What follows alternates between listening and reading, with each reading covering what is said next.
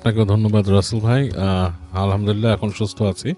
আচ্ছা, আর স্টুডিও তো আসতেই চাই, আর যতদিন ভূতের মাঝে আসবোই ইনশাআল্লাহ, এই আর কি।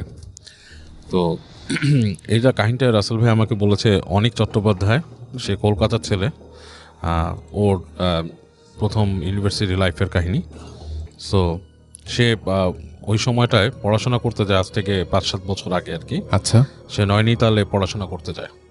আচ্ছা, তো যে জায়গাটা পড়াশোনা করতে যায়, সে বলেছে ওই জায়গাটা বেশ মানে একটু শহর থেকে দূরে, লাইক সাবার্ব টাইপের একটা এলাকা, মানে মফস্বল শহর টাইপের। আচ্ছা। তো স্পেশালি ওই জায়গায় যাওয়ার কারণ হচ্ছে ও যে সাবজেক্টে পড়াশোনা করতে, এটার জন্য নাকি ওই জায়গাটাই ভালো ছিল তার। তো ও যখন যায় ওখানে যাওয়ার জন্য, সারাদিন আপনার জার্নিতে চলে যায় ওর, এবং ও যখন ওখানে পৌঁছায় তখন প্রায় রাত 8টা-9টা বাজে, এরকম একটা সময়। তো বাস থেকে নামার পরে ও দেখে যে বেশ জনশূন্য আর কি, কাইন্ড অফ লাইক মানুষজন একদমই নাই বলা চলে। তো হেঁটে হেঁটে আসে, এসে দেখে যে একজন আছে, মানে রাস্তায়, মানে মুদি বিক্রেতা, যে চকলেট, সিগারেট, এই ধরনের কিছু জিনিস বিক্রি করে। তো তার থেকে এসে সিগারেট কেনে এবং কিছু চকলেট কেনার পরে ও জিজ্ঞেস করে যে আমি অমুক জায়গায় যাব, এখানে কিভাবে কি পাবো, মানে আমার যাতায়াতের জন্য কি আছে, ব্যবস্থা আছে।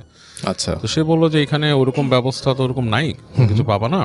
তো এক ধরনের শ্যালো মেশিন টাইপের চালিত আর কি, এটা রিক্সা টাইপের আছে, আর আছে হচ্ছে এক ধরনের টাঙা, এবং সেই টাঙাগুলো তুমি পাবা কিনা এখন শিওর না। আচ্ছা, এটা হচ্ছে যে কারণ দিনের বেলায় এগুলো চলে যায় এখান থেকে, সন্ধ্যার পরে পাওয়া যায় না। তো তোমার জন্য ভালো হয়, রাস্তাটা সুবিধার না, তুমি এখানেই থেকে যাও, বাস স্ট্যান্ডেই কোথাও থেকে যাও, এখানে তো আরও 2-1 জন মানুষ আছে, ওখানে তো কাউরে পাবা না রাস্তায়।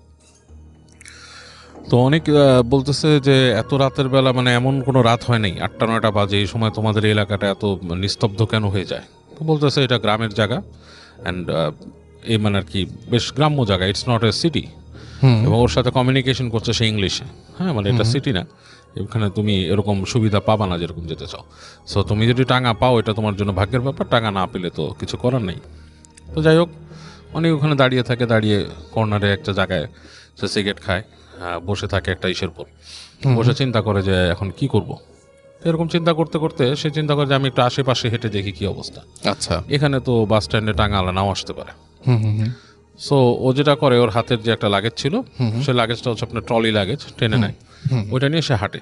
আচ্ছা। তো একটু সামনে যাওয়ার পরে ও হাঁটতে হাঁটতে যে দেখে যে দূরে মনে হচ্ছে ছায়ার মতো কিছু একটা দাঁড়ায় আছে গাছের ইসে, যে দুই পাশেই গাছ, মাঝখানে মনে করেন যে আলো পড়তেছে, আকাশের আলো কিছুটা, মানে এমন কোনো আলো না, মানে অন্ধকারে হালকা গাছের ওই চাঁদের আলোতে জায়গাটা একটু একটু আলোকিত লাগছে। আচ্ছা, এবং বেশ ঠান্ডা পড়ে গেছে তখন জায়গাটাতে, কারণ মানে ওই জায়গাটা মানে প্রধানত হচ্ছে শীতটা বেশি পড়ে আর কি, কিন্তু একটু যেহেতু সাবার্ব এলাকা, গাছগাছালি বেশি, শীতটা বেশি পড়ে। তো মানে বেশ টকটক করে কাঁপতে কাঁপতে হেঁটে হেঁটে ছায়ার দিকে যায়, যে ওখানে কি দাঁড়ায় আছে, ওটা কি মানে মানে কোনো বাসা নাকি, মানে হোয়াট ইজ দিস। তো কাছাকাছি আসতে দেখে সেখানে একটা টাঙা, আচ্ছা, টাঙা গাড়ি। ইটস লাইক ওর যেটা বলছে, এটা মানে পুরা ফুল ফ্রেজ একটা ঘোড়ার গাড়ি না, ঘোড়াই টানে এটাকে, বাট ছোট টাইপের, মানে পিছনে কোচটা হচ্ছে এত ছোট, মানে হাইয়েস্ট হয়তো একজন ঘোড়া, একটা ঘোড়া, একটা ঘোড়া টেনে নিয়ে যাবে এটাকে, কাইন্ড অফ লাইক কলকাতায় একসময় যে আদম গাড়ি, এখন আছে কিনা আমি জানি না, আচ্ছা, ওরকম টাইপের আর কি। সো তো ওখানে যে দেখে যে ওরকম একটা গাড়ি আছে এবং তার সাথে ঘোড়াও আছে, কিন্তু মানুষ নেই। তো মানে খুব থতমত খেয়ে যায় যে ঘটনাটা কি, মানুষ নেই, টাঙা গাড়ি দাঁড়ায় আছে। তো কিছুক্ষণ বসে থাকে, একটু পরে সে হাতে সিগারেট শেষ হয়ে সিগারেটটাকে ফেলে দেয়, ফেলে দিয়ে পা দিয়ে নিভাই ফেলে। তো সিগারেটটা ফেলে দেওয়ার কিছুক্ষণ পরেই দেখে যে ওইখানে মানে পাশে গাছগাছালি যে জায়গাটা, ওখান থেকে একজন মানুষ বের হয়ে আসছে। বের হয়ে এসে তাকে বলতেছে, মানে ওখানকার মানে লোকাল ভাষার সাথে হিন্দি মিশানো আর কি, যে কোথায় যাবা। তো বলে যে আমি তো অমুক জায়গায় যেতে চাই, তো তুমি কি যাবা নাকি। তো ওরে বলছে যে ব্যাঠো, বসো পিছনে। তো ও কোনো কথা না বলে সুন্দর, ও মনে করে যে এর থেকে ভালো সুযোগ তো আর নাই এই পাওয়া গেছে। হ্যাঁ, বাস স্ট্যান্ডে কিছু নাই, বাস স্ট্যান্ডের আশেপাশে কোনো হোটেলও নাই, কোথাও নাই, ওখানে বসে রাত কাটানোর চেয়ে বেড়ার তুমি চলে যাই। তো বসে ওর যে ওই ইসে উঠে বসে তার যে লাগেজ থেকে খুলে সে পাতলা একটা সোয়েটার সে গায়ে দেয়। আচ্ছা। তো গায়ে দেওয়ার সময় তার হাতে ওই যে আপনার ছিল একটা ম্যাগাজিনটাও সে বের করে নেয় হাতে, মনে করে যে কোথাও যদি যে সে পড়তে পারে বা কিছু, মানে just to have something in his hand, okay, এরকম একটা নিয়ে এসে বসে। তো বসে সে ওখান থেকে আপনার যাওয়া শুরু করে আর কি, টাঙাওয়ালা টাঙা চালাচ্ছে। তো বেশ অনেক দূর যাওয়ার পরে ও দেখতেছে যে সামনে যে জায়গাটা, সেই জায়গাটাতে আপনার দুই পাশে গাছ নাই, বেশ প্রান্তরের মতো, মানে বেশ মাঠ টাইপের, এবং মানে চাঁদের আলোটা এমনভাবে পড়ছে পুরো জায়গাটা ঝকঝক দেখা যাচ্ছে জায়গাটা। তো ও খুব এনজয় করা শুরু করে, হ্যাঁ খুব এনজয় করা শুরু করে। সে মনে করে যে মানে this is a very nice thing to do, এই জায়গায় মানে মানে জায়গাটা খুবই সুন্দর একটা জায়গা, তার এই যাওয়াটাই একটা সার্থকতা লাগতেছে। তো এরকমও যায়। তো টাঙ্গালাকে জিজ্ঞেস করে যে এখানকার পরিবেশ কেমন, এই যে মানে কিছু প্রশ্ন করার চেষ্টা করে লোকটাকে। তো লোকটা দেখা যাচ্ছে তার কথাবার্তা খুব একটা উত্তর দিচ্ছে না, এড়ায়, এবং ওই রাস্তার ঘোড়ার খুরের শব্দে আর ইসে মানে খুব চাপা পড়ে যাচ্ছে, আর বাতাস চলছে, খুব শোঁ বাতাস চলছে। তো এই সময় মানে এক সময় চুপি হয়ে যায় যে ব্যাপারটা কি। তো ওই জায়গাটা যখন পার হয় তখন দেখে যে সে আপনার আবার একটা এরকম তৈরি হচ্ছে রাস্তা, যেখানে দুই পাশে গাছ, এবং এইবারে গাছটা খুব খুব ঘন হয়ে জন্মাইছে, মানে চাঁদের আলো প্রায় ঢুকতেছেই না, জায়গাটা বেশ ঘুরঘুরটি অন্ধকার। তো ওর বুকের মধ্যে কেমন যেন ছ্যাদ করে ওঠে, মনে হয় যে এই অন্ধকারে ঢুকে যাচ্ছে, কেমন জানি লাগে ওর কাছে। ইটস লাইক একটা কেইভে, বা আপনার যদি একটা ইসে প্রবেশ করে মানুষ, ধরেন একটা মানে টানেলে প্রবেশ করে, কাইন্ড অফ লাইক গাছের টানেল বলা যায় যেটাকে। তো ওখান থেকে ঢুকে যায় ঘোড়ার গাড়িটা। তো যখন সেখানে ঢুকে তখন না, ও অলমোস্ট কিছু দেখতে পায় না রাসেল ভাই। যেটা হয় যে শুধু ঘোড়ার শব্দ শুনতেছে, ঘোড়ার খুঁড়ের শব্দ, আর অন্ধকার, এবং অন্ধকারটা খুব জেঁকে বসছে। তো এই সময় ও মানে টের পায় ওর পেছনে কেউ, জাস্ট লাইক আমরা যদি রিক্সায় কেউ মানে আমরা পা দিয়ে উঠে কারো ঘাড়ের মধ্যে এরকম সুড়সুড়ি দেই, কাইন্ড অফ লাইক দ্যাট, ওর ঘাড়ের মধ্যে শীতল কোনো স্পর্শ, লাইক খুব মানে আইস কোল্ড কোনো টাচ ঘাড়ের কাছে। এবং ও খুব চমকা উঠে লাফ দিয়ে উঠে হাত দিয়ে দেখে যে কিছু নেই। এবং তখন মনে হয় যে কেউ দুষ্টুমি একটা হাসি দিয়ে পাশে চলে আসছে, এরকম একটাই। তো ও খুব ভয় পেয়ে যায়, ও ভয় পেয়ে ও হাত দিয়ে ওই যে টাঙা চালাচ্ছে তার জামা চেপে ধরে। তো দেখে যে টাঙাওয়ালা বেশ চাপা হাসি দিয়ে, কাইন্ড অফ লাইক মজা পেলে যেরকম কাইন্ড অফ লাইক দ্যাট, কেউ মজা করে যে কারোর সাথে আসে ওরকম হাসি দিয়ে বসে যে ব্যাটে রাখো চুড়েল হ্যাঁ, বসে থাকো চুড়েল।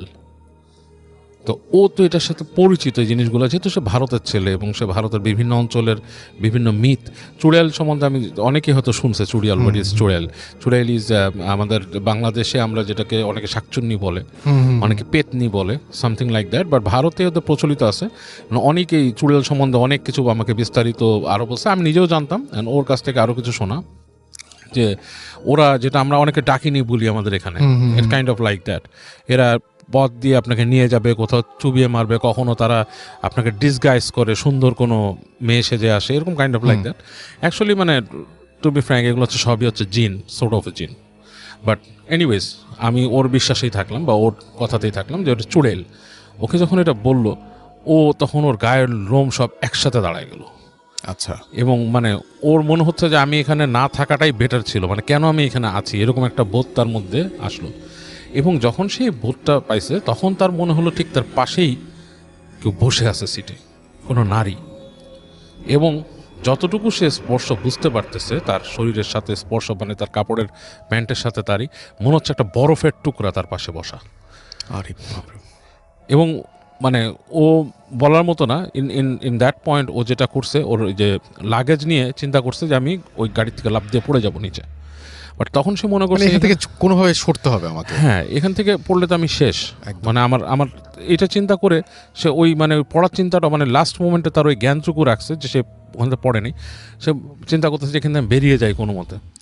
তো ওই যে গাড়িটা যখন নাকি ঠিক ওই দূরে দেখতেছে লাইট, ওই টানেলের মতো জায়গাটা যখন পার হয়েছে সে তখন ওখান থেকে লাফ দিছে, এবং সে কোনো লাগেজ টাগেজ কিছু ছাড়াই লাফ দিয়ে পড়ছে। ওখানে পড়ে সেই জায়গাটা পড়ছে, দেখছে সামনে ধুধু মাঠ, লাইক প্রান্তরের টাইপের।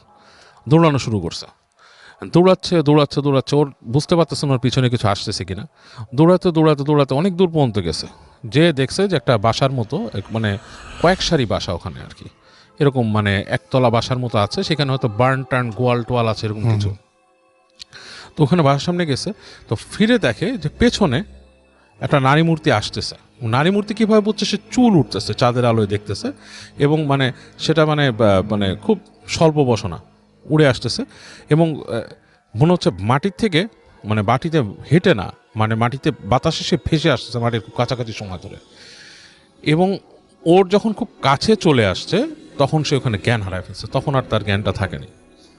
তো পরবর্তীতে মানে ও জানে না কতক্ষণ সে বেহুশ ছিল, ওর হুঁশ ফিরে দেখে যে একটা ঘরের মধ্যে সে, এবং সেখানে আপনার এই জ্বলতেছে, বাতি জ্বলতেছে কম পাওয়ারের, একটা লোক তার সাথে একটা মহিলা, তারা, এবং সে মহিলাকে দেখেও ভয় পাওয়া শুরু করছে, প্রচণ্ড ভয় পাচ্ছে। তখন তাকে বলতেছে কী হয়েছে তোমার, জিজ্ঞেস করতেছো কি, বলতেছে যে আমি তো আসছি, আমি বাইরের থেকে আসছি, ক্যালকাটা থেকে আসছি, এখানে এরকম এরকম সিচুয়েশন, কিছু কিছু বলতে পারছে আর কি। তখন তাকে বলছে যে এটা কিছু না, এখানকার রাস্তাঘাটে রাতের বেলা এরকম অনেক কিছু দেখা যায়, সো তুমি চিন্তা করো না, তুমি এখানে আসো আমাদের বাসায়, এটা তুমি থাকো, তারপর তোমাকে সকালে আমরা পৌঁছায় তার ব্যবস্থা করবো। তো অনেকের রাতে খুব জ্বর আসে, মারাত্মক আকাশ পাতাল জ্বর, এবং সে তখন শুধু কষ্ট করে মানে বোঝাতে সক্ষম হয় ওদেরকে যে আমি যেই কলেজে বা ইউনিভার্সিটিতে আসছি ওখানে একটু খবর দেন, ওখানকার কেউ এসে আমাকে নিয়ে যাবে, এবং আলটিমেটলি তারা এসে ওকে নিয়ে যায়। এবং ও ওখানে পরে ছিল বহুত দিনই, ওখানেই সে গ্র্যাজুয়েশনটা কমপ্লিট করছে অনেক, এবং ওই এলাকাতে এই ধরনের প্রচুর আরও মিথ আছে, এবং আরও এই ধরনের কিছু কিছু কাহিনী আছে। সে বলছে যে he can send me over letter on, যে ওইখানকার ঘটনা আরও যেগুলো আছে সেটা, মানে এই সাবার্ব এলাকা, কিছুটা পাহাড়ি টাইপের এলাকা হতে নাকি এই ধরনের জিনিস অনেকেই অনেক দেখে, বেশি অনেকেই ওইখানে। দেখে।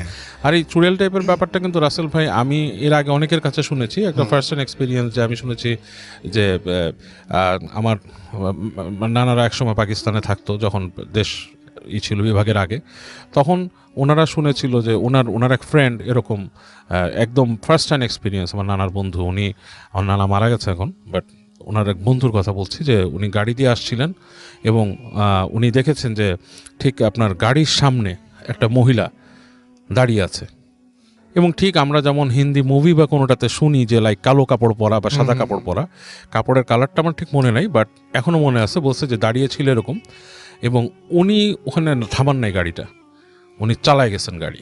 আচ্ছা, উনি চালায় যাওয়ার পর যেটা হয়েছে, গাড়ি ভেদ করে উনি চলে গেছে, মহিলাটার মুখটা মনে হলো উইন্ডশিল্ডের মধ্যে এসে একটা হাসি দিয়ে পার হয়ে গেছে, এবং উনিকে যখন পার হয়ে গেছে তখন ওনাকে নাকি বলছে যে তুই তোর গাড়িতে থাকাতে বেঁচে গেলি, এরকম আর কি ওখানকার ভাষায়। তো কারণ হচ্ছে ওনার গাড়ির যে রিয়ার ভিউ মিরর, ওখানে উনি একটা ছোট্ট কোরআন শরীফ ঝুলা রাখতো তখন। আচ্ছা, আচ্ছা, আচ্ছা, আচ্ছা, আচ্ছা। এটা কিন্তু অনেক আগের পাকিস্তান আমলের একটা ঘটনা। তো এই ধরনের জিনিস ভারত পাকিস্তানের বিস্তীর্ণ অঞ্চলগুলোতে কিন্তু অনেকেই দেখে, চুড়েল বা ডাকিনি যেটাকে বলেন, এটাই রাসেল ভাই। Thank you so much, thank you চমৎকার একটা ঘটনা দিয়ে আমরা শুরু করলাম আজকে। একটা খবর এই মুহূর্তে আপনাদের জানিয়ে দিতে চাই, আজকে তো আমরা কোনো ব্রেক নিচ্ছি না, একটা না করে যাবো, দুজনের একসাথে দেখা হয়ে গেল এবং একই সাথে তারা দুজন বসে আছেন। তো আপনার নামটা প্লিজ একটু বলবেন, কোথা থেকে এসেছেন, তারপরে আপনার ঘটনায় যাব। থ্যাংক ইউ রাসেল ভাই, আমি সোহাগ, জি, রাজশাহী থেকে, এখন মিরপুর একে থাকি আমি। জি, ধন্যবাদ লিসনার্স। আমি যে ঘটনাটা বলবো তার আগে একটু শুধুমাত্র কিছু কথা বলে নিতে চাই। রাসেল ভাই, আপনাদের যে অনেকদিন আগে একটা এপিসোড হয়েছিল, এই এপিসোডটাতে আপনার একটা এপিসোডে প্রচার করেছিলেন যে কোনো একটা ছেলে 2008 সালে 25 ডিসেম্বর রাত্রে সে দুটা কয়েন নিয়ে উধাও হয়ে যায়। কয়েনগুলো অনেক পুরনো ছিল। আবার একই দিনে 25শে ডিসেম্বর রাত্রে 2009 সালে ও সে আবার তার ঠিক ওই জায়গায় ওই সময়টাতে ফেরত আসে। এই বিষয়টা হচ্ছে কি যে উধাও হয়ে গেল আবার ফেরত আসলো। এই একটা বছরে তার বাবা মা অনেক পেপার পত্রিকা বা অনেক খোঁজাখুঁজি করেছে। জাস্ট এটা ছিল একটা ঘটনা, এটা তখনকার সময় একটা ঘটনা ছিল, এটা আমরা রেডিও ফুর্তিতে শুনেছি। বাট আমি যে ঘটনাটা বলবো সেটা হচ্ছে সিলেটের। লাস্ট ফ্রাইডেতে আমি যে সিলেটে গিয়েছিলাম কোনো একটা কাজে, অফিসিয়াল কাজে। দেন আমি খুব পাশাপাশি চা বাগান থাকার কারণে আমি ওখানে চলে যাই চা বাগান দেখার জন্য। দেন আমি যখন চা বাগানে যে পৌঁছাই তখন ওখানে যে কেয়ারটেকার থাকে, কেয়ারটেকারকে সাথে নিয়ে আমি চা বাগানের মধ্যে ঢুকি। সরি, জি। যখন চা বাগানে ঘুরতে ঘুরতে ওই টিলাগুলোর উপরে যখন উঠি, তখন ওই কেয়ারটেকারকে আমি একটা সময় যাওয়ার পরে জিজ্ঞেস করছিলাম যে আঙ্কেল, আপনারা যে এই চা বাগানে ঘুরেন, তো কখনো কি এরকম ভৌতিক কোনো জিনিস আপনাদের সামনে আসে কি না? তখন তিনি বলছিলেন যে হ্যাঁ, এরকম হয়, এরকমই একটা ঘটনা তাহলে আপনাকে আমি শোনাই। তো উনি আমাকে বলছিল এই ঘটনাটা হচ্ছে 1991 সালের একটা ঘটনা। আমরা এই জিনিসটা জানি যে চা বাগানে যারা চা তুলেন যারা, এরা কিন্তু অনেক হচ্ছে কি যে মানে নিচু শ্রেণীর বলতে কি যে সনাতন ধর্মাবলম্বী এরকম ধর্মের হয়ে থাকেন। তো এদের মধ্যে একজন লোক ছিলেন, উনি হচ্ছে মুসলমান ধর্মাবলম্বী, ওনার নাম ছিল হচ্ছে সুরুজ আলী। ওনার ফ্যামিলিতে ছিল হচ্ছে মানে যারা কাজ করেন তারা অত্যন্ত মানে খুব গরিব হয়ে থাকেন, দরিদ্র হয়ে হ্যাঁ, থাকেন। দরিদ্র ঘরের লোক ছিলেন। তো ওই সুরুজ আলীর এক ছেলে এক মেয়ে। তো মেয়ে 12-14 বছর বয়সী একটা মেয়ে, আর সেই ছেলেটা হচ্ছে ছোট ছেলে।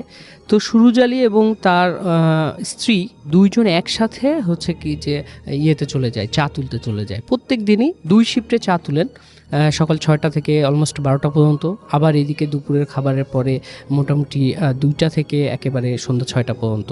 যদি শীতের দিন হয় তাহলে আরও আগে চলে আসেন। তো এইভাবে চা তুলেন। তো যাচ্ছিল দিন, এভাবেই যাচ্ছিল। তো সুরুজ আলীর সাথে সুরুজ আলীর স্ত্রীও যখন চলে যায়, মাঝে মাঝে সুরুজ আলীর যে মেয়ে উনিও চলে যান চা তুলতে। এটা তাদের একটা সংস্কৃতিই বলা চলে যে বংশ পরম্পরায় চা তুলতেই হয়। তো উনিও চলে যান। এরকম যখন চা তুলতে চলে যান, একদিনকে বাসায় সুরুজ আলীর মেয়ে আর সুরুজ আলীর ছেলে একাই ছিলেন। তো প্রায়ই দেখা যেত যে ওদের বাড়ির দরজায় নক হচ্ছে, অ্যাজ লাইক টিক টিক করে নক করছে, করার পরে বলছে সুরুজ মিয়া চলো যাই, চা তুলতে যাই। তো এইরকম বলে কি যে ওই সুরুজ আলীর মেয়ে তখন দরজা খুলে বলে যে বাবা তো চলে গেছে, কিন্তু দরজা খুলে কাউকে দেখতে পায় না।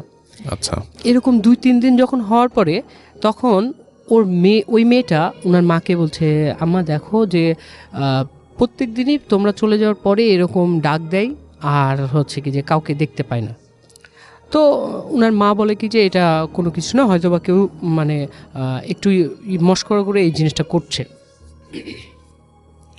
দেন একদিনকে কি হয়েছে যে সুরুজ আলী এবং সুরুজ আলীর স্ত্রী চা তুলতে চলে গেছে, অ্যাজ লাইক 1:45 দিকে, দুপুরবেলা, একেবারে সানিরে দুপুরবেলা 1:45 দিকে সুরুজ আলীর মেয়ে উনিও চলে গেছে চা তুলতে। চা তুলতে যাওয়ার সময় তখন বলছে কি যে উনি যখন আস্তে আস্তে চা তুলতে, আমরা তো জানি চায়ের চা বাগানটা টিলার মধ্যে হয়, আস্তে আস্তে উপরে উঠে যায়। তো সুরুজ আলীর মেয়ে চা তুলতে তুলতে একটা সময় মাঝামাঝি টিলাতে যখন গেছে, তখন তিনি দেখছে কি যে ওনার সাথে আরও অনেকেই চা তুলছে, অনেকজন চা তুলছে, একসাথে চা তুলছে। দেন মনোযোগ সহকারে সে চা তুলছে, চা তুলতে তুলতে একটা সময় সে টপ অফ দ্য হিল, একেবারে মানে ওই টিলাটার একেবারে উপরে উঠে যায়, চূড়ায় উঠে যায়। উঠে যাওয়ার পরে ওর গোটা শরীরে একটা ফ্লো, একটা গরম উইন্ড, একটা ফ্লো জোরে এসে ধাক্কা দেয়। ধাক্কা দেওয়ার সাথে সাথে তার চোখ টোক সব বন্ধ হয়ে যায়, চোখ জ্বলা শুরু করে। তখন চোখ জ্বলা শুরু করে যখন তো চোখ বন্ধ হয়ে যায়, তখন সে হালকা করে তাকায়, দেখে যে তার সাথে যারা ছিলেন, চা বাগানে যতগুলো লোক ছিল চা তুলছিল, তারা একজনও নাই। তারপর তার চোখটা আবার বন্ধ হয়ে যায়, মানে খুব বেশি জ্বলছিল। তখন সে চোখটা খোলার পরে খুব কষ্ট করে যখন চোখটা খুলেন, তখন দেখেন কি তার সামনে একটা শেপ দাঁড়িয়ে আছে, খুব কালো, কুচকুচা কালো একটা শেপ। সেই শেপটা এমন একটা শেপ যেটা একটা কাঠের উপরে একটা মানুষের ছায়া দিয়ে কাঠটাকে যদি কাটা হয়, একটা মানুষের ছায়া দিয়ে যদি কাঠটাকে কাটা হয়, তাহলে ওই যে শেপটা, কিন্তু মুখ বা চেহারা অ্যাজ লাইক অ্যাজ ফেস কোনো কিছুই নাই, একটা প্লেন ফেস, কাটআউটের মতো। হ্যাঁ, কার্টুনের মতো। তার মধ্যে কোনো চোখ নাই, নাক নাই, মুখ নাই, নাথিং ইজ অ্যাজ। দেন কিন্তু ওখানে একটা বিষয় ওই মেয়েটা মানে লক্ষ্য করছিল এইভাবে যে তার সে কুচকুচা অবয়বের মধ্যে অনেক লোম ছিল, যে লোমগুলা খাড়া খাড়া ছিল, কালো লোম ছিল, কিন্তু ওই লোমগুলানের মাথায় একটা করে চা পাতা ছিল, মানে চায়ের কচি পাতা যেটাকে বলে, কুশি পাতা, সেই পাতা একটা করে চা পাতা ছিল। এটা দেখার পরে সে মেয়েটা খুব জোরে চিৎকার করে বসে। চিৎকার করার পরে সেই সময়টা ছিল অলমোস্ট, সে বাড়াই ছিল কয়টা, 1:45 দিকে, কিন্তু ওই মেয়েটা পৌঁছাইছে যখন চিৎকার করছে ঠিক মাগরিবের 10 মিনিট কি 15 মিনিট আগে। এমন একটা সময় মানে চা তুলতে তুলতে ওকে এমন একটা সময়ে নিয়ে যাওয়া হয়েছে যে মাগরিবের ঠিক আগ মুহূর্তে চলে গেছে। এখন যখন চিৎকার করেছে তখন ওই হিলের নিচে যারা থাকেন, কেয়ারটেকাররা যারা আছেন, তখন এই চিৎকারটা শুনতে পায়। এদিকে লং টাইম হয়ে গেছে, সুরুজ আলীর বাড়িতেও খোঁজাখুঁজি শুরু হয়ে গেছে যে আমার মেয়ে কই। এদিকে যখন চিৎকার শুরু হয়েছে, খুঁজতে খুঁজতে খুঁজতে অলমোস্ট 9টা বেজে গেছে, 9টা পৌনে 10টা বেজে গেছে, 9:30 পৌনে 10টা এরকম বেজে গেছে। দেন ওই কেয়ারটেকাররা সুরুজ আলীর মেয়েকে পায়।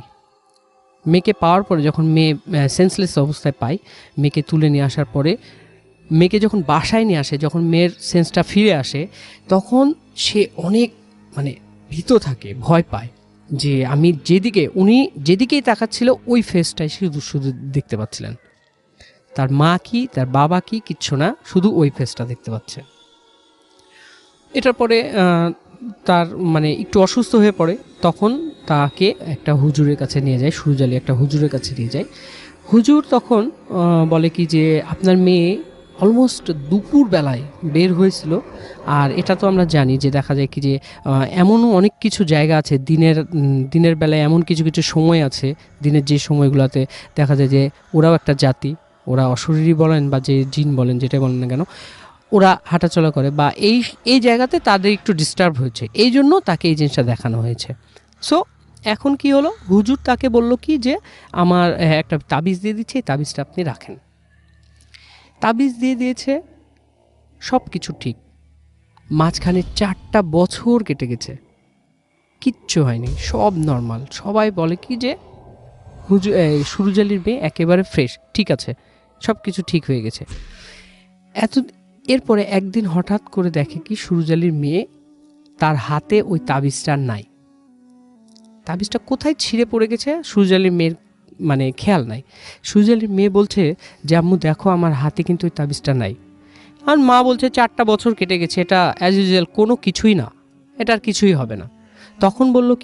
তখন এইভাবে চলতে চলতে একদিনকে কি হলো যে সুরুজ আলীর মা সুরুজ আলীর স্ত্রী আর সুরুজ আলী চা তুলতে চলে গেছে। সেই দিনও একইভাবে ওই মেয়ে চা তুলতে বের হয়ে গেছে। বের হয়ে যেতে যেতে 4 বছর আগে যে ঘটনাটা ঘটেছিল, একইভাবে 4 বছর পরে যে ঘটনাটা ঘটলো, যে সে আবারও টপ অফ দি হিল, ওই হিলের একেবারে চূড়ায় উঠে যে ঠিক একইভাবে তাকে ওই একটা মানে ওয়ার্মি উইন্ড তার গায়ে লাগার পরে তার চোখগুলো একেবারে মানে আবার জ্বলা শুরু হয়। যখন জ্বলা শুরু হয় তখন এই জিনিসটা ও বুঝতে পারে।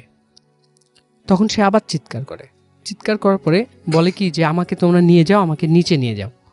তখন যারা চা তুলছিলেন তারা সবাই মিলে তাকে নিয়ে নিচে নামিয়ে নিয়ে আসেন। নামানোর পরে নিচে যে রাস্তাগুলো থাকে ওই রাস্তার উপরে বসায় তাকে পানি টানি খেতে দেন। পানি টানি খেতে দেওয়ার পরে একেবারে সুরুজ আলীর মেয়ে নর্মাল, কোনো সমস্যা নেই। সবাই মনে করলো যে হ্যাঁ ঠিক আছে, ভালো হয়ে গেছে, আমরা সবাই চা তুলতে যাই। চা তুলতে যাওয়ার পরে যেটা হলো যে সবাই দেখছে যে কালো মেঘ উড়ে আসছে, কিন্তু ওই সময়টা কোনোভাবে মেঘ আসার কথা না, কারণ একটা সানি ডে ছিল। ওই সময়টা হঠাৎ করে কালো এক পশলা মেঘ চলে আসছে, সবাই দেখছে মেঘ আসছে, কিন্তু সুরুজ আলীর মেয়ে ওই মেঘগুলাকে খেয়াল করছে যে হ্যাঁ আমার সামনে চলে আসছে। আর ওই মেঘগুলানের মধ্যে মেঘের মতো যে কালোভাবে একটা চলে আসছে, ওইটা সুরুজ আলীর মেয়েকে চারিদিক দিয়ে ঘিরে নিচ্ছে। আর সবগুলাই ছিল ওই মানে যে ফেসগুলো ছিল, যে ফেসটা, যে অবয়বটা সে দেখেছে, এই ফেসের চারিদিক দিয়ে তাকে ঘিরে ফেলার পরে যখন টোটালটা সুরুজ আলীর মেয়েকে ঘিরে ফেলার পরে কিছুক্ষণ পরে ওই অবয়বগুলোর সাথে সাথে সুরুজ আলীর মেয়েও ভ্যানিশ হয়ে যায়। আর সেই সাথে আজও সুরুজ আলী তার মেয়েকে খুঁজে পায়নি, এখনো পর্যন্ত পাওয়া যায়নি। এটাই ছিল ঘটনা ভাইয়া। আর এটা নিয়ে অনেক খোঁজাখুঁজি হয়েছে, কিন্তু আজ পর্যন্ত সুরুজ আলীর মেয়ে কত সালে যেন ঘটনাটা ঘটেছিল? 1991। এবং এখন হচ্ছে 2019। এই এতগুলো বছরে তাকে আর খুঁজে পাওয়া যায়নি এবং সে ফিরেও আসেনি। আমি কেন বললাম যে আগের ঘটনাটা যেটা বললাম যে ওই যে ছেলেটাকে নিয়ে গেছে, বাট আবার দিয়ে গেছে, বাট সুরুজ আলীর মেয়েকে নিয়ে গেছে কিন্তু আজ পর্যন্ত আর দিয়ে যায় এবং সবার সামনেই সে ভ্যানিশ হয়ে হ্যাঁ যায়। সবার সামনে থেকে ভ্যানিশ হয়ে গেছে। কারণ ওখানে যারা ছিলেন তাদেরকে বলা হয়েছে যে তোমরা কি দেখেছো? তারপরে, হ্যাঁ আমরা নামিয়ে নিয়ে আসছি, আপনার মেয়ে চিৎকার করেছে, আমরা সবাই ধরে নামিয়ে নিয়ে আসছি, তাকে পানি টানি খেতে দিয়েছি, তারপরেই তো এই ঘটনা। ওকে, থ্যাংক ইউ সো মাচ আপনার ঘটনার জন্য, আপনাকে অনেক ধন্যবাদ। আমরা চলে যাচ্ছি আবার বাবু ভাইয়ের কাছে, তার কাছ থেকে আরও একটা ঘটনা শুনে আসবো। আশা করছি এই ঘটনাটি আপনাদের ভালো লাগবে। সো বাবু ভাই, অনেক অনেক প্রশংসা, এবং তারপরে আপনার সেকেন্ড ঘটনায় আমরা চলে যাই। সবাইকে ধন্যবাদ কাহিনীগুলো ভালো লাগার জন্য, আপনাদের জন্য কষ্ট করে কালেক্ট করা। যাই হোক, এটা হচ্ছে তপুর কাহিনী। রাসেল ভাই সে আমাদের মোহাম্মদপুর এলাকার ছেলে। আচ্ছা, কিন্তু তার স্পেসিফিক লোকেশন বলবো না, তার যেখানকার কাহিনী। মোহাম্মদপুর অনেক বড় এলাকা, জি সেখানকার সেটাই। তো তপুর ব্যাপারটা হচ্ছে সে মোহাম্মদপুরে যে অঞ্চলটা থাকে সে অঞ্চলটা বেশ নিরিবিলি। আচ্ছা, বাট এটা লালমাটিয়া না, আচ্ছা, একটু বলে দিলাম। আচ্ছা হ্যাঁ, তো বেশ নিরিবিলি একটা জায়গা, মানুষ বুঝেই ফেলবে মোহাম্মদপুরের নিরিবিলি কোন কোন নিরিবিলি জায়গা, জায়গা একদম আমার চোখের সামনে ভাসছে। হ্যাঁ, তো যাই হোক, তো তপু যেখানে থাকতো, তপুর নামটাও কিন্তু একটু চেঞ্জ করা আছে। হ্যাঁ, এর তপু নিজেই বুঝবে, আর কেউ বুঝবে না হয়তো। আচ্ছা, তো যাই হোক, ও যেখানটা থাকতো সেই জায়গাটা হচ্ছে যে আপনার বেশ নিরিবিলি, এবং ওদের একটা 3 তলা বাড়ি ছিল ওখানে। এবং ওদের বাসায় ওর বড় ভাই থাকতো, বিদেশে চলে গিয়েছিল, আর ওর আম্মু ও আর ওর বোন থাকতো। তো ওর আম্মুর অ্যাজমা প্রবলেম ছিল, অ্যান্ড উনি মাঝে মাঝে অসুস্থ হয়ে যেতেন। তো তখন ওনাকে ডাক্তার দেখাইতে হতো, এবং মাঝে মাঝে মানে খুব খারাপ অবস্থা হতো। আচ্ছা, তো ওদের মানে ওর বাবা মারা গেছেন। সো ওর বড় ভাই এবং ওরাই হচ্ছে মানে গার্ডিয়ান, পুরো বাড়িটা টেক কেয়ার করতে হয়। তো এরকম অবস্থায় একদিন এরকম রাতের বেলা, তখন রাত তখন এরকম 1-2টা বাজে আর কি, বেশ নীরব হয়ে গেছে। আর ওই সময়টাতে মানে আজ থেকে লাইক 10-15 বছর আগে তখন কিন্তু মোহাম্মদপুর জায়গাটা মানে আরেকটু ঢাকা শহরটাই আরেকটু ব্যাকওয়ার্ড ছিল আর কি। এতটা আধুনিকতাটা মানে এখন খুব বেশি গাড়ি ঘোড়া, তখন একটু কম ছিল। তো যা হচ্ছে যে রাতের বেলা ওর আম্মু এরকম হঠাৎ করে আস্তে আস্তে তার শ্বাসকষ্ট হয়, হাঁপানি উঠে, এবং ওরা মাকে চেষ্টা করে যে যেগুলো দেওয়ার আর কি, যেই উনি যে ট্যাবলেট খান, তারপরে নেবুলাইজার মেশিন, এগুলো দিয়ে চেষ্টা করে, বাট দেখছে যে ওনার এটা কমতেছেই না। এমন একটা অবস্থায় গেছে যে ওনাকে মানে মানে ঠিক করে রাখা যাচ্ছে না, শ্বাস উঠতেছে পড়তেছে। তো ওর বোন তখন বলে যে তপু তুই এখন যেভাবে যাক তুই নিয়ে আয়, ডাক্তার নিয়ে আয়। ডাক্তার সাহেব একজন ডাক্তার ছিলেন, তিনি ওদের এলাকাতেই থাকতেন, বাট এটা হচ্ছে একটু পেরিফেরির দিকে, মানে মেন রোডের কাছাকাছি আর কি, মানে যেই মেন রাস্তাটা আছে ওইটার কাছে। তো এবং ওদের ফ্যামিলির সাথে অনেক বেশি অ্যাটাচ ডাক্তারটা, এবং উনি ওনার চিকিৎসা করে থাকেন সবসময়। তো বলছে যে ওই আঙ্কেলকে নিয়ে আয়, কাজ আমাকে এই অবস্থায় হাসপাতালে নেওয়া সম্ভব না, ওনার যে অবস্থা। আমরা চেষ্টা করতেছি ওনাকে ওই যে ইনহেলার নেবুলাইজার এগুলো দিয়ে যতটুকু রাখার আমি চেষ্টা করছি, তুই নিয়ে আয়। এবং তপুদের বাসাটাও বেশ পুরান ছিল, এবং ওখানে যে কাহিনী আছে যে তপুর যে দাদা সে ওইখানে উনি ফার্স্ট আসেন, এবং উনিও বেশ আপনার করতো আর কি, যে কি বলে মানে জিন টিন কি সাধনা করতো আর কি। সেই তোদের বাসাটাও যে খুব ভালো ভয়ের না এরকম না, আমাদের গা ছমছম করতো, আমরা ফ্রেন্ডরা মাঝে মাঝে 2-1 জন যেতাম ওখানে। যাই হোক, সো তপু কি করে রাতের বেলা 1-2টার দিক বের হয়, এবং বের হয়ে সে যখন হেঁটে হেঁটে আসতেছে, বাসার থেকে বের হয়ে সামনে আসে, ঠিক যখন রাস্তাতে আসে গেটটা পার হয়ে তাদের যখন নিচে আসে, তখন দেখে ঠাস করে পুরো এলাকার ইলেকট্রিসিটি চলে গেছে, মানে ব্ল্যাক আউট, পুরো এলাকাটা ব্ল্যাক আউট হয়ে গেছে। এবং রাত 1-2টার সময় ব্ল্যাক আউট হলে কিন্তু রাসেল ভাই একটা অন্যরকম পরিবেশ তৈরি হয়। এটা যে দেখছেন সে বলতে পারবেন, ঢাকার পরিবেশে বিশেষ করে, right, I am used to it, আমি প্রায় এই ধরনের পরিবেশ দেখছি এবং আমার খুব ভালো লাগে আর কি। বাট অনেকের হয়তো ভালোর থেকে ভয় বেশি লাগতে পারে, এবং রাতের বেলা একা থাকলে আরও ভয়টা বেশি লাগার কথা। সো রাত 1-2টার সময় যখন কিছু নাই, পুরো একটা মানে অঞ্চলে, তো যখন কারেন্ট চলে গেছে ওর কাছে ফার্স্টে একটা ধাক্কা লাগছে। আর তবু বেসিক্যালি খুব সাহসী না, ও এমনি একটু ভয় পায়। তো এই অবস্থায় ও মানে কিছুক্ষণ থেমে দাঁড়ায় যে ও কি বাসায় ফিরে যাবে, নাকি ও আপনার যাবে ডাক্তার সাহেবের কাছে, আঙ্কেলের কাছে। তো এটা চিন্তা করে ডিসাইড করে যে বাসায় ফিরে যেয়ে তো আসলে মানে কোনো লাভ নেই, আমি আঙ্কেলের কাছেই যাই। তো হেঁটে যেতে থাকে, ও ওই বাসার দিকে হেঁটে যেতে থাকে আঙ্কেলের বাসার দিকে। তো ঘুরে ঘুরে যখন নাকি ও এখানে একটা গলি আছে, একটা বাঘটা নেওয়ার পরে সামনে গেলে যে যেটা মাঠের পাশে একটা বট গাছ আছে। আচ্ছা, বেশ বড় বট গাছ, ঝুরি টুরি আলা বট গাছ। হ্যাঁ, আচ্ছা ওটা বট গাছ না অন্য কোনো গাছ হতে পারে, মানুষের লোকেশন দিতে চাই না, গাছ আছে আর কি, বড় একটা গাছ, এবং সেই গাছটা ওখানে মানে বেশ ঝুরি টুরি আলা। আচ্ছা, তো ও যখন গাছটার কাছাকাছি আসে ও দেখে যে গাছের গোড়ায় হুম হুম। প্রায় 5-7টা কুকুর। আচ্ছা। আর কুকুরগুলো খুব ঘেউ ঘেউ ঘেউ ঘেউ ঘেউ ঘেউ করতেছে। হুম হুম। তো ও জানে ওদের এলাকা সম্বন্ধে এতটুকু সে অ্যাওয়্যার যে এই জায়গাটার মধ্যে সাধারণত কুকুর থাকে না, ভবঘুরে কুকুর প্রায় নাই বললেই চলে। হুম হুম হুম। হ্যাঁ, ওই যে যে কুকুর আছে সেগুলো বাসার কুকুর, জি। হ্যাঁ, মানে মানুষের বাসায় পালা কুকুর, এবং সারা এগুলো ঘেউ ঘেউ করে না। আর ভবঘুরে কুকুর খুঁজতে গেলে আরো ওই জায়গায় চলে যাবে, মেন রোডের ওদিকে বা অন্য আরেকটা এসে। তো ও মানে একটু থতমত খায় যে ওইখানে কি রাতের বেলা আসলে কুকুর আসে, তখন সে কনফিউজ হয়ে যায় যে ব্যাপারটা কি। তো কুকুরের ভয়টা বেশ ভাবে ধরে যে কুকুর কামড় যদি দেয়। তো তারপরেও সাহস করে করে হেঁটে হেঁটে সামনের দিকে যায়। তো যে যখন নাকি ঠিক ওই গাছের পাশ থেকে ক্রস করছে, কুকুরগুলো ওকে তখনও নোটিস করেনি। আচ্ছা। তো ও যখন গাছের কাছে আসলো তখন কুকুরগুলো পুরো চুপ থম মেরে গেছে, থম মেরে ও দেখছে ওর দিকে তাকাইছে। এবং ও তখন প্রত্যেকটা কুকুর জানেন রাতের বেলা এমনি চোখগুলা কেমন জলজল করতে থাকে, রাইট। হ্যাঁ। তো দেখছে কুকুর ভেতর থেকে শুধু গরর গরর করতেছে ওকে দেখে। আচ্ছা। সো ও প্রচন্ড রকম ভয় পায়, আর এটাও সে জানে যে আমি যদি এখন দৌড় দেই নির্ঘাত আমাকে কামড় দিবে। কামড় দিবে, রাইট। হ্যাঁ। হ্যাঁ। এবং সে আস্তে আস্তে করে হেঁটে হেঁটে হেঁটে হেঁটে কুকুরগুলোকে পার হয়, এবং ও ফাইন্ড আউট করে যে কুকুরগুলা ওকে ফলো করা শুরু করছে। আচ্ছা। মানে দৌড়ায় দৌড়ায় আসে, কাছাকাছি আসে, আবার দুইবার ঘেউ ঘেউ করে, আবার চলে যায়, আবার দাঁড়ায় গড় গড় করে, একটা নিরাপদ একটা ডিস্টেন্স রেখে ওর সাথেই কাজ করতেছে। আচ্ছা। তো ফাইনালি এরকম করতে করতে রাস্তার মধ্যে ওই আঙ্কেলের ওই যে বাসাটায় আসে। তখনও কারেন্ট আসে না, এবং পুরা দেখা যাচ্ছে ওটা আঙ্কেলের বাসা কিন্তু 4-5টা ব্লক, মানে অনেকগুলো ব্লক পরে। তো বেশ খানিকটা হেঁটে আসতে হয়েছে। তো এসে দেখে তখনও কারেন্ট আসেনি। তো ওই বাসার গেটে অনেকক্ষণ নক করে কেউ খুলে না। একসময় দারোয়ান আসে, কি হয়েছে? তো যে বলে যে এরকম যে আঙ্কেলকে দরকার, আমার আম্মা তো অসুস্থ হয়ে গেছে এসে। তো উনি ওই দারোয়ান ভিতরে যে খবর দেয় অনেকক্ষণ পরে ওই আঙ্কেলের বাসার একজন আসে, এসে তাকে বলে যে আব্বা তো ঘুমাইছে, উনি ঘুমের ওষুধ খেয়ে ঘুমাইছে, মানে ওনার ব্লাড প্রেশার হাই। আচ্ছা, তো উনি বলে যে এরকম এরকম এরকম। তো ওনাকে বলেন, তখন বলতেছে আচ্ছা ঠিক আছে, আব্বাকে বলতেছি, আর তুমি কি দাঁড়াবা নাকি তুমি চলে যাবা? আচ্ছা। তো বলে আমি দাঁড়াই, আঙ্কেলকে সাথে যাই। তো দাঁড়ায় আছে, কিছুক্ষণ পর ওই আঙ্কেল আসে, এসে আঙ্কেল নিজে বলে যে বাবা আমি তোমার বাসায় আসবো একটু পরে, তুমি চলে যাও, আমি এখানে রাত্রেবেলা তো আমি গাড়ি বের করে আসবো, তুমি চলে যাও বাসায়, তো তোমার মার দরকার হতে পারে তোমাকে। তো ছেলেটা করে কি, ও অপু আপনার ফিরে আসে আর কি, ফিরে এসে ওখান থেকে আবার হাঁটা দেয়। তো যখন বের হয়ে আসছে তখন দেখতেছে কুকুরগুলো নাই, কিন্তু আবার যখন নাকি ওই বাসাটাকে ছাড়ায় আবার অনেকখানি 2-3টা ব্লক চলে আসে, দেখে ঠিক কুকুরগুলো ওখানে জটলা করতেছিল, এবং ওকে দেখে আবার সেই একই রকম ওর পিছনে পিছনে গড় গড় গড় গড় করতে করতে। তো তবুর যে বলার ব্যাপারটা যে প্রচণ্ড রকমের ভয় লাগতেছিল ওর, কারণ প্রত্যেকটা গলি যখন ক্রস করতেছে ওদের বাসায় যাওয়ার আগ পর্যন্ত যে কয়টা গলি, এগুলো হচ্ছে বেশ নিরিবিলি, মানে দিনের বেলায় নিরিবিলি থাকে, হ্যাঁ, আর রাতের বেলা সেগুলো মনে করেন গা ছমছম করা পরিবেশ সন্ধ্যার সময় তৈরি হয়ে যায়।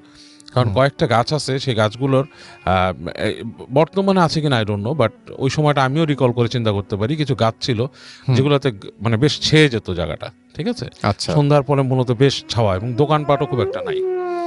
তো হেঁটে হেঁটে খুব ভয়ের চোটে একসময় বাসার কাছে আসে।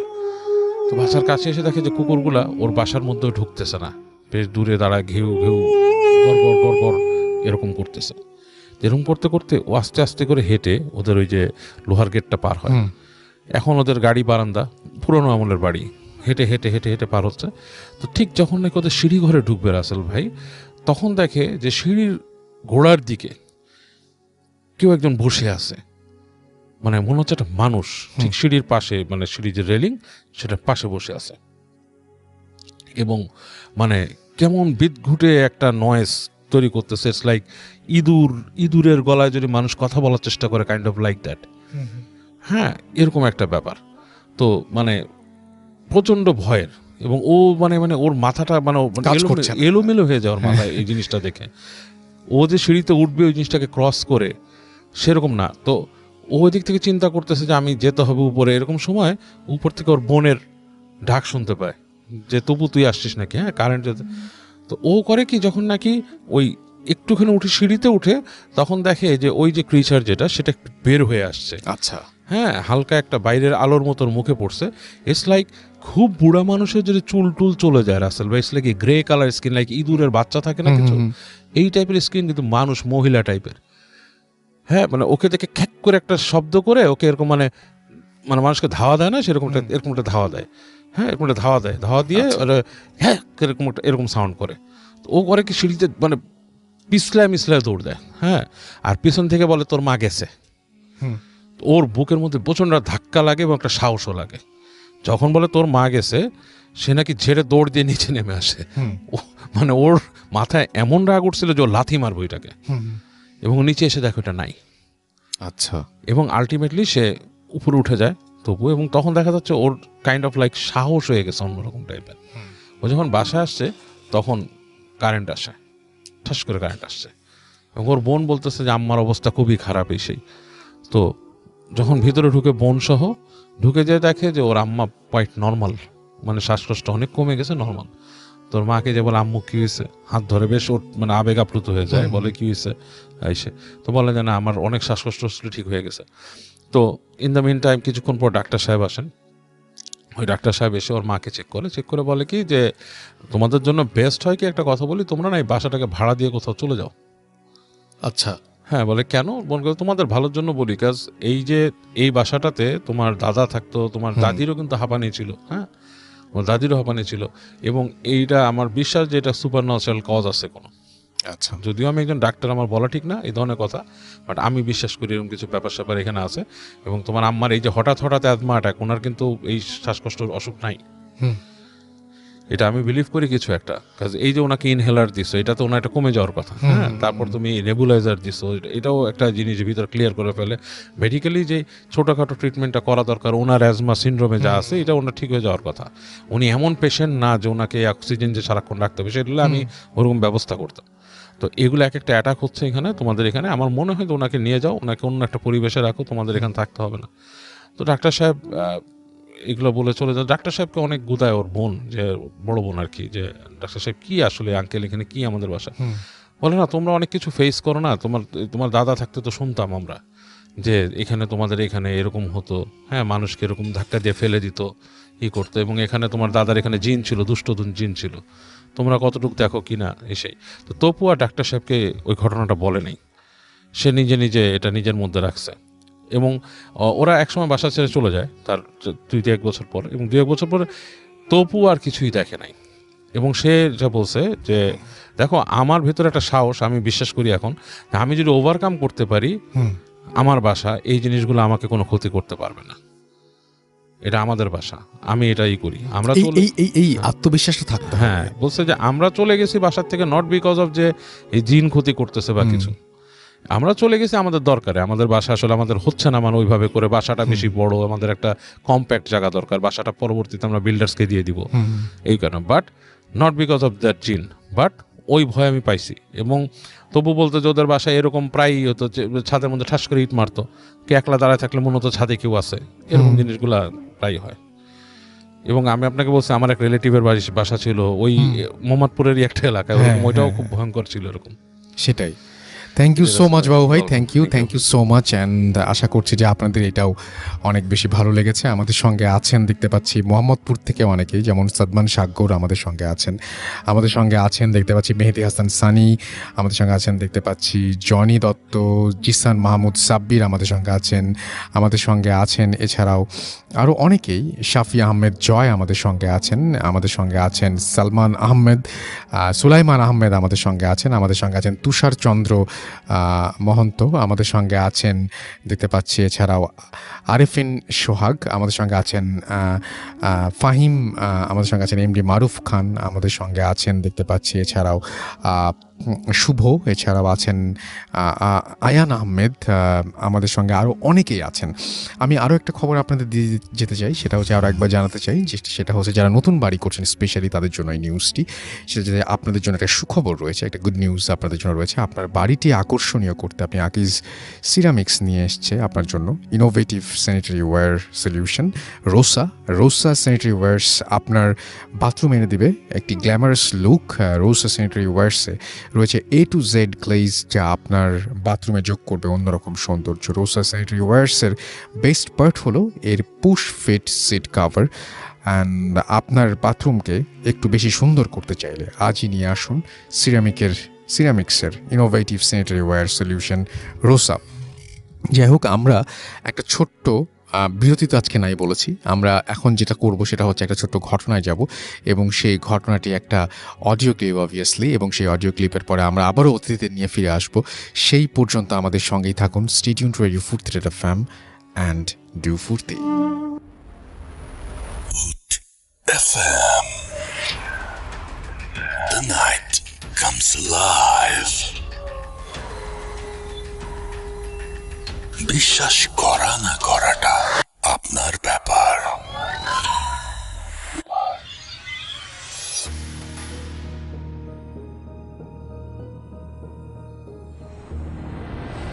আসসালামু আলাইকুম রাসেল ভাইয়া, আশা করি আপনি এবং আপনার ভূত এফএমের সমস্ত টিম মেম্বার আল্লাহর রহমতে অনেক অনেক অনেক ভালো আছে। আমার নাম মোহাম্মদ জয় চৌধুরী, আমার বাসা নওগাঁ জেলার পতিতলা থানায়। আসল ঘটনাতে যাই, যেটার জন্য আসলে আপনাদের সঙ্গে যোগাযোগ করা আর কি। প্রথমে কিছু কথা বলি যে আমি ছোটবেলা থেকে যখন থেকে আমি বুঝতে পারি যে আমি হয়তো একটু একটু বাস্তবতা বুঝতে শিখছি, তখন থেকে আসলে আমার সঙ্গে মানে আমার কাছে এই যে জিন যে ব্যাপারটা আসলে তো এইটার উপর আমার অনেক একটা আগ্রহ কাজ করে, জানি না আসলে কেন। ন্যাচারালি ছোট থেকেই মানে অনেক বেশি একটা আগ্রহ কাজ করে ওই জিনিসটাতে, যে আসলে এটা দেখতে কেমন বা এটা কি ক্ষতি করে বা কি উপকার করে, আসলে জিনিসটা কি। তো আজকে আমি যেটা বলবো সেটা আমার নিজের সাথেই ঘটে যাওয়া একটা ঘটনা। তখন আমি ঢাকাতে নর্দার্ন ইউনিভার্সিটিতে বিবিএতে মেবি সেকেন্ড সেমিস্টার ছিলাম। তো আমি বাসায় রাতে রাসেল ভাইয়া এই খাওয়া দাওয়া করছি, আমার তারপর যা রাতের প্রয়োজনীয় কাজ সব কিছু সেরে তো আমি বেডে চলে গেছি, অলরেডি শুয়ে পড়ছি। তো একটু চিন্তা করলাম, আসলে মনটাও ওই দিন একটু খারাপও ছিল। তো তারপরে ভাবলাম একটা দেখি কোনো পুরাতন কোনো কমেডি মুভি আছে কিনা। তো ল্যাপটপ নিয়ে এমনি ঘাটাঘাটি করছিলাম, তো তারপর ফাইনালি একটা ফানি মুভি দেখতেছিলাম। তো ছবিটা অনেক কয়েকবার আমি মাঝে মধ্যে দেখি, প্রায় আমি ওই মুভি দেখার সময় আমার মনে আছে স্পষ্ট আমি কোথা থেকে মুভিটা আমার কোন পর্যন্ত মনে আছে। আমি জাস্ট হেলান দিয়ে শুয়ে থেকে মুভিটা দেখতেছি। তো তারপর এক পর্যায়ে আমি দেখতেছি যে হুট করে আমার সামনে আমার রুম, মানে আমার সামনে আমার রুম নাই, আমার ল্যাপটপ নাই, আমার বেড নাই, আমি জাস্ট দাঁড়ায় আছি। আমি মানে সেম যে ড্রেসে ছিলাম সেই ড্রেসে আছি, বাট দাঁড়ায় আছি। তো তারপর দেখি আমার সামনে আসলে আল্লাহ আমাকে কেন এরকম জায়গায় নিয়ে গেল আমি জানি না। তো আমি দেখি আমার সামনে একটা নয়, দুইটা নয়, তিনটা না, 12টা কবর দেখি, মানে 2 লাইনে 6টা করে 12টা কবর। মানে কবরগুলো এরকম যে একদিনও হয় নাই, হয়তো 2-1 ঘন্টা হবে, হয়তো যে সবাই দাফন শেষ করে সবাই ঘরে চলে গেছে, তারপর হয়তো ওই জায়গাটায় আমি দাঁড়াইছি, এরকম ব্যাপারটা এরকম। তো আমি আসলে দেখতেছি যে আমার সামনে কবর কেন, আমি এই জায়গায় কেন, আর আমার রুম কোথায়। তারপর আর কবরের চারপাশটা আসলে এরকম ছিল যে চারিদিকে অনেক বড় বড় গাছ, অনেক ঘন ঘন পাতা। আসলে গাছগুলো আমি চিনতে পারতেছি না যে কিসের গাছ এসব, তবে অনেক গাছ।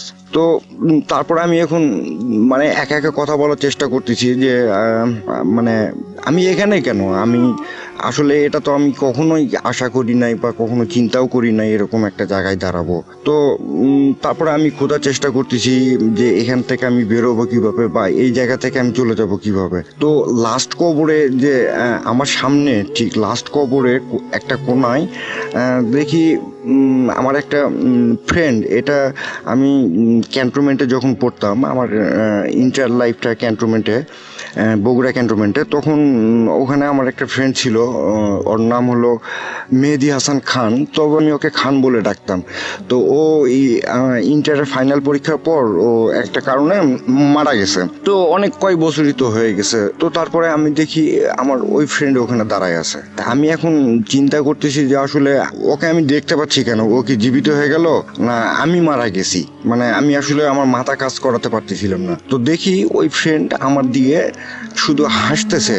আসলে আমি আপনাকে বোঝাতে পারবো না যে হাসিটা আসলে কেমন, মানে রাগ করে হাসতেছে না মানে আনন্দ হাসতেছে, মানে আসলে আমি বুঝতে পারতেছি না ও মানে হাসি টাইপটা কেমন। তো যাই হোক আমার দিকে অবাক এক দৃষ্টিতে তাকায় হাসতেছে। তো আমি অনেক চেষ্টা করছি আসলে, মানে আমি কেমন যেন ওর চোখের দিকে তাকানোর পর আর ওর চোখ থেকে আমার চোখটা মানে হটাইতে পারতেছি না। তো তারপর আমি বলতেছি যে খান তুই এখানে কেন আর আমি এখানে কেন, তুই কি মানে জীবিত হয়েছিস না আমি মারা গেছি? আসলে আমি বুঝতে পারতেছি না। ও আমার একটা প্রশ্নেরও মানে কোনো উত্তর দেয় না, ও শুধু হাসে। তারপর আমি যখন আমি বলতেছি তুই দাঁড়া আমি আসতেছি তোর কাছে, তখন আমার কথা শুনে দেখি ও উল্টা দিকে জোরে জোরে হাঁটা শুরু করছে, আমার দিকে আর তাকায় নাই, মুখ সোজা ঘুরে নিয়ে জোরে জোরে হাঁটা শুরু করছে। তো আমি এখন চিন্তা করতেছি যে আমি মানে ওর কাছে যাওয়ার জন্য আমিও একটু জোরে হাঁটা শুরু করছি। তো আমি এখন চিন্তা করতেছি যে আসলে কবরটা আমি আপনাকে একটু বলে নিই যে কবরটা 2 লাইনে আছে, 6টা করে, আর চারপাশে গাছ। তো আমি এখন চিন্তা করতেছি যে তাহলে ডান পাশ দিয়ে যাই, কিন্তু ডান পাশ দিয়ে লাস্ট কবরের আসলে লাস্ট কবর যেখানে তার ডান পাশে একটা বড়ইয়ের গাছ রাসেল ভাইয়া, বড়ই মানে অনেক বড় একটা গাছ, কিন্তু সবগুলোতে ওই বড়ই যেটা কুল বলি আমরা আসলে, ওই বড়ইয়ের গাছ অনেক কাঁটা। তো মানে গাছটা আসলে এমন ভাবে আছে যে এই লাস্ট কবরের অর্ধেক পর্যন্ত আছে আসলে গাছের ডালপালা সবের। তো আমি এখন যাওয়ার সময় আর আমি ওর দিকে তাকায় আছি যে আমার ফ্রেন্ড আরো জোরে হাঁটে যাচ্ছে। তো আমি এখন ওকে বলতেছি যে তুই দাঁড়া দাঁড়া দাঁড়া। তো ও মানে আমার কোনো কথা মানে ও মনে হয় শুনতেই পারেনি, মানে ব্যাপারটা এরকম দিয়ে ও সোজা হেঁটে যাচ্ছে। তো আমি এখন যাওয়ার চেষ্টা করতেছি, তো জোরে হাঁটা যখন আমি শুরু করছি তো ওই মানে বড়ই গাছটার মানে আমি কবরটা আসলে সাইড দিয়ে একটু যাইতে চাইছিলাম। তো ওই যে ওই বড়ই গাছের যে একটা ডাল ছিল ওই ডালে অনেক কাঁটা ছিল। তো ওই কাঁটার সঙ্গে আমার হাতটা লেগে মানে অনেক জোরে দেখি এখান থেকে এত বড় একটা আঁচড় লেগে গেল। তো আমি সঙ্গে সঙ্গে মানে আঁচড়টাতে এমনভাবে ব্যথা পাইছি, তো সঙ্গে সঙ্গে আমি চোখ খুলে দেখি যে আমার সামনে ওই ল্যাপটপ ওইভাবেই আছে, আমি যেভাবে শুয়েছিলাম হেলান দিয়েছিলাম সেভাবে আমি হেলান দিয়ে আসি। তো আমি এখন চিন্তা করতেছি যে কি হলো এটা।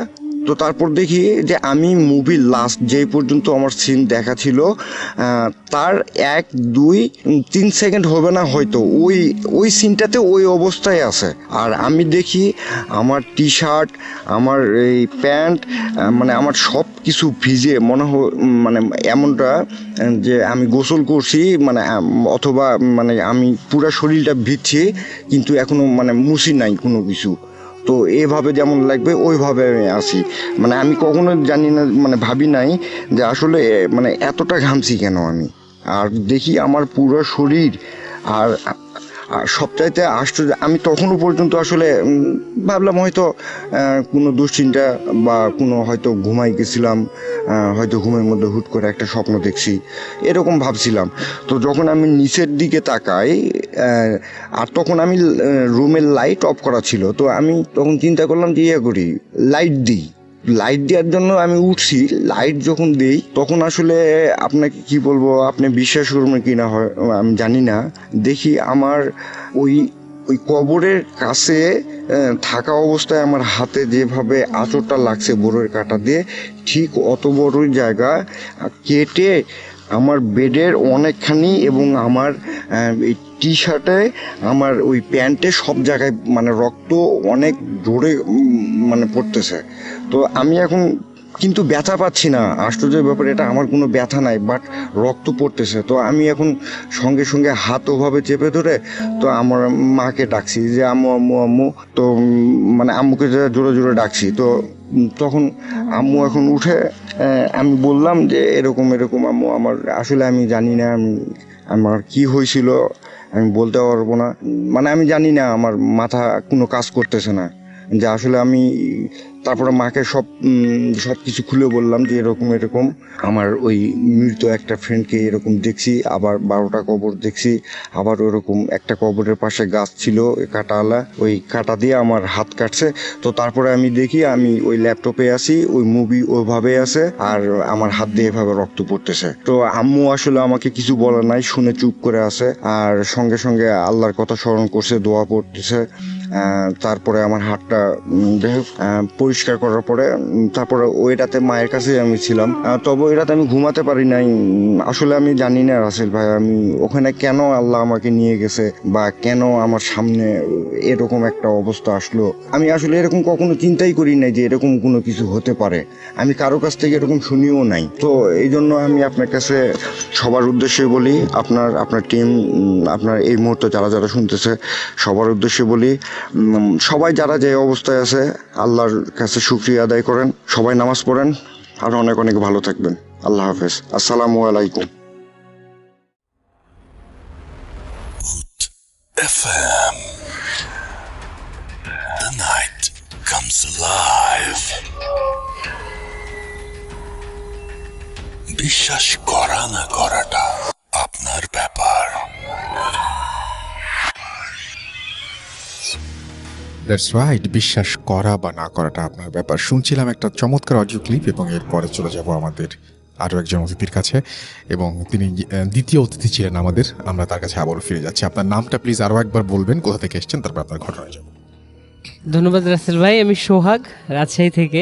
জি ভাই, আমি প্রথমে যে কথাটা বলতে চাই যে আমাদের যে এলাকাটা, জি আমরা হচ্ছে রাজশাহী জুট মিলের ওখানে থাকি, 2 নম্বর গেটে আমার যে জায়গাটা। আর যে ঘটনাটা ঘটছে এটা হচ্ছে অলমোস্ট রাজশাহী জুট মিলের পিছনে একটা গ্রাম আছে, যে গ্রামটা হচ্ছে যে গ্রামটাকে বলে নতুন ইমাদপুর যেটা বলে। তো এটা খুব রিসেন্ট একটা ঘটনা, এই লাস্ট ঈদুল আজহা যেটা চলে গেল আমাদের। এই ঈদুল আজহাতে আমাদের রাজশাহীতে বা বাংলাদেশের বিভিন্ন জায়গায় এরকম একটা প্রচলন আছে যে একটা গরুতে 7 জন বা 3 জন বা 5 জন বেজোড় সংখ্যার একটা ভাগ দিয়ে গরুটাকে কোরবানি দেওয়া হয়।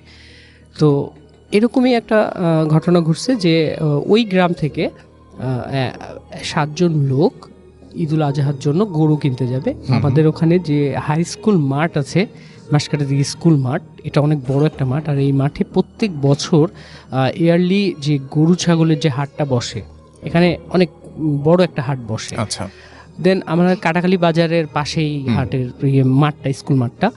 তো ওখান থেকে কিছু দূর গেলেই হচ্ছে এই গ্রামটা, যে অলমোস্ট 2 কিলো দূরে পায়ে হেঁটে যাওয়া যায়, পিচ ঢালা রাস্তা আছে। আর আদর্শ কলেজের পাশ দিয়ে যেতে হয় এই জায়গাটা। তো ওই 7 জন ভাগী যারা ছিলেন তারা অলমোস্ট একটা সুন্দর দেখে একটা গরু কিনেছিলেন। কিন্তু ওই 7 জন ভাগীর মধ্যে একজনের সাথে তার ছোট্ট একটা 4 থেকে 5 বছর বয়সী একটা বাচ্চা ছিল। আচ্ছা, ওনার সাথে গেছিল, গরু কিনবে, বাবা গরু কিনবে, আমরাও দেখতে যাব এই ভেবে হচ্ছে ওই ছেলেটাকে নিয়ে আসে উনি। তো অ্যাজ ইউজুয়াল উনি হচ্ছে গরু কিনে, ওনারা সবাই মিলে গরু একটা সুন্দর দেখে একটা গরু কিনে নিয়ে আসার পরে যখন তারা আস্তে আস্তে অলমোস্ট 1 কিলো রাস্তা পার হয়ে গেছে, যখন আদর্শ কলেজের যে জায়গাটা ক্রস করে, ওই জায়গাটা কিন্তু অনেকটা ফাঁকা শুনশান জায়গা। এক পাশে হচ্ছে ক্যানেল আছে, আরেক পাশে হচ্ছে কুশোর মানে আখ ক্ষেত যেটাকে আমরা বলি। তো এই আখ ক্ষেতের পাশ দিয়ে রাস্তাটা। তো যাওয়ার সময় গরুটা হঠাৎ করে একটা বিরূপ ধরনের আচরণ করতে লাগে। মানে এতক্ষণ গরুটা খুব ভালোভাবে আসছিল, এরপরে কি হলো যে গরুটা খুব মানে লাফালাফি শুরু করলো। মানে অনেক বড় গরু ছিল। সো সবাই মিলে দড়ি টানা দিয়ে ধরে গরুটাকে কষ্ট করে নিয়ে আসে। গরুটা একসময় এদিকে ছুটে যেতে চায়, একসময় ওদিকে ছুটে যেতে চায়। আসলে এটা এতক্ষণ ছিল না, বাট হঠাৎ করে এই জিনিসটা শুরু হয়ে গেল। ঠিক আছে, মানে ওই যে বাচ্চাটা ঘুরছে ফিরছে, কিন্তু গরুটা হচ্ছে খুব লাফালাফি শুরু করেছে। গরুটার ওই জায়গায় থাকবে না এরকম, বা ওই রাস্তা দিয়ে যাবে না। তারপরেও কষ্ট করে নিয়ে যাওয়া হয়। নিয়ে যাওয়ার পরে একটা বিদ্যুতের পোল আছে, ইলেকট্রিসিটি পোল যেটাকে আমরা বলি, এই পোলের সাথে ওই গরুটাকে বাঁধা হয়। বাঁধার পরে যে ঘটনাটা ঘটে, যে গরুটা এত পরিমাণ লাফাদাফা শুরু করে যে ওই পোলটাকে আস্তে আস্তে নড়ানো শুরু করেছে।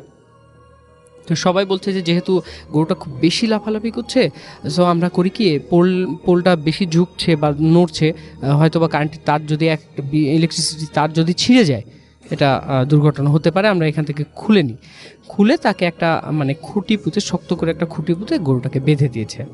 এবার যে ঘটনাটা, যে সবাই গরুটাকে খেতে দিচ্ছে, কিন্তু গরুটা খাচ্ছে না, গরুটা ওই রকম লাফালাফি করতেই আছে।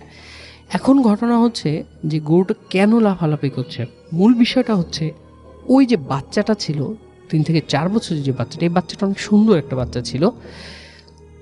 রোড থেকে আসার সময় ওই আদর্শ কলেজ যখন ক্রস করেছে তখন এই ছেলেটার সাথেই সমস্যাটা হয়েছে। আর আমরা তো জানি যে পশু পাখি জীব জানোয়ার যেটাই বলি না কেন, ওরা এই জিনিসগুলোকে খুব ভালোভাবে করতে পারে, অবলোকন করতে পারে।